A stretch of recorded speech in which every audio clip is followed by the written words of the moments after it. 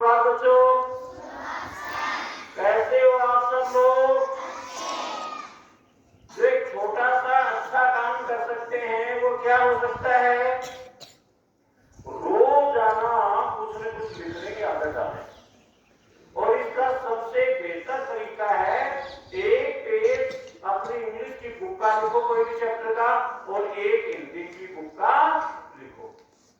रोजाना नियम बना लो ये, क्योंकि आपको आगे जा करके कोई भी एग्जाम, कोई भी कंपटीशन फाइट करना है तो आपके लिए दो भाषाएं मुख्य हैं, हिंदी और इंग्लिश। और ये तभी बढ़िया बनेगी आपकी जब आप रोज लिखने की आदत डालोगे। ठीक है? साथ में शब्दों से खेला भी करो। कौन सा शब्द मेरे को लिखना नहीं आ रहा है उसको भी उस एक पेज के नीचे लिखा दो। ये वर्ड मेरे को स्पेलिंग नहीं आ रही है या शुद्ध लिखने नहीं आ रही है। आज सुनो आप बड़ी भारी अद्भुत कहानी, जिससे जो भी मनुष्य जन्म लेता है धरती पर वो दो चार जरूर होता है, उन परिस्थितियों से वो जरूर गुजरता है। ध्यान देना और अपने पेरेंट्स को भी कहना कि ये कहानी आप हमारे स्कूल का जो यूट्यूब चैनल है इस पर बड़े ध्यान से सुनो, आपके सारे दुख दर्द कट जाएंगे। ध्यान से सुनो सारे बच्चे, पीछे आगे जो भी हैं। एक बार एक मनुष्य था, धन धान्य की कोई कमी नहीं थी, लेकिन था बड़ा दुखी, बड़ा परेशान था, बड़ा दिक्कत में था, बड़ा उलझन में था। कोई भी उसको बताता कि इन उलझनों को सुलझाने का तरीका महात्माओं को, संतों को, इनको आता है। किसी ने डॉक्टर के पास जाने की सलाह दी, कौन जगह गया? ये जो साधु संत होते हैं तथाकथित, ये तो लूटने का काम करते हैं। इतना चढ़ावा दे दो, मैं ये कर दूंगा, वो कर दूंगा, इस टाइप से खूब धन लुटवाया उसने। किसी पर भी उसका विश्वास नहीं रहा। एक दिन किसी ने सूचना दी कि फलाने वनखंड में एक साधु टपरा है, बड़ा अच्छा साधु है। उसने देखा कि इसके पास भी जाए। तो वो व्यक्ति जो साधु के पास गया तो साधु अपनी साधना में लीन थे, ध्यान लगाए हुए थे, आंखें उनकी बंद थी।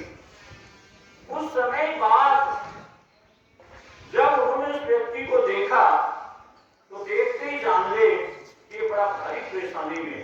उसकी आंखों के नीचे काले काले धब्बे हो गए थे, चेहरा उसका उतरा हुआ था, बिल्कुल परेशान।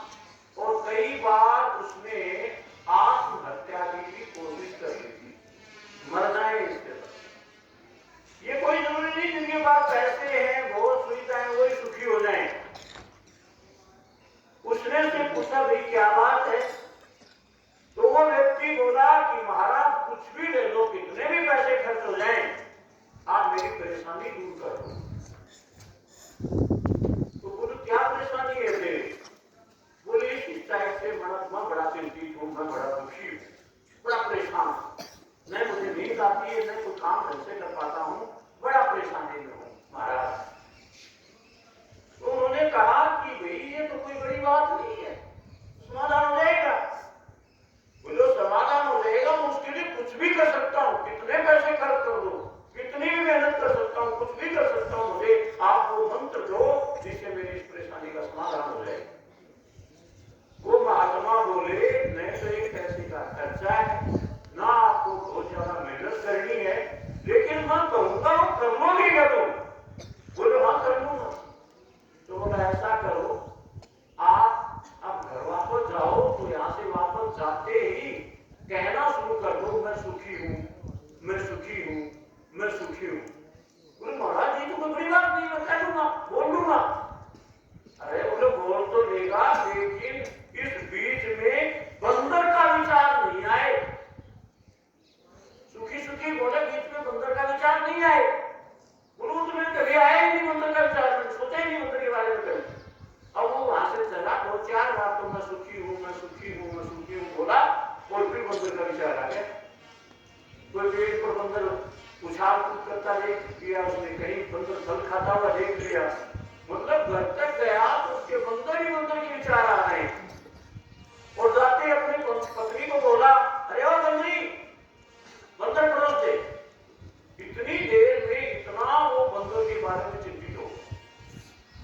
अब क्या हुआ आगे, वो वापस महात्मा के पास गया। वह चीज काम को बड़ा आसान मान रहा था, महाराज तो बड़ा मुश्किल है, मेरे तो जीवन में बंदर घुस गया। बोलो जिस तरह से तेरे मन में इस समय बंदर के विचार आए हैं, ऐसे ही विचार वो आते हैं और हम उन्हीं के बारे में सोचते चले जाते हैं। इस कारण से दुनियादार मनुष्य कभी कभी दुखी जरूर होता है, वो सोच के दुखी होता है जिस सोच का कोई आधार नहीं होता है। समझ रहे हो मेरी बात? और अपने यहाँ कहावत है ना, भय के बिना प्रीत नहीं है। भय होना भी जरूरी है मनुष्य को। सबको लगता है दो चीजों से मनुष्य हमेशा डरेगा। किस चीज से? एक तो आवाज से और एक गिरने से।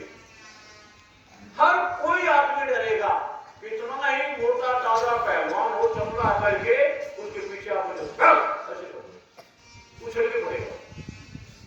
क्योंकि अब जब हम गर्भपात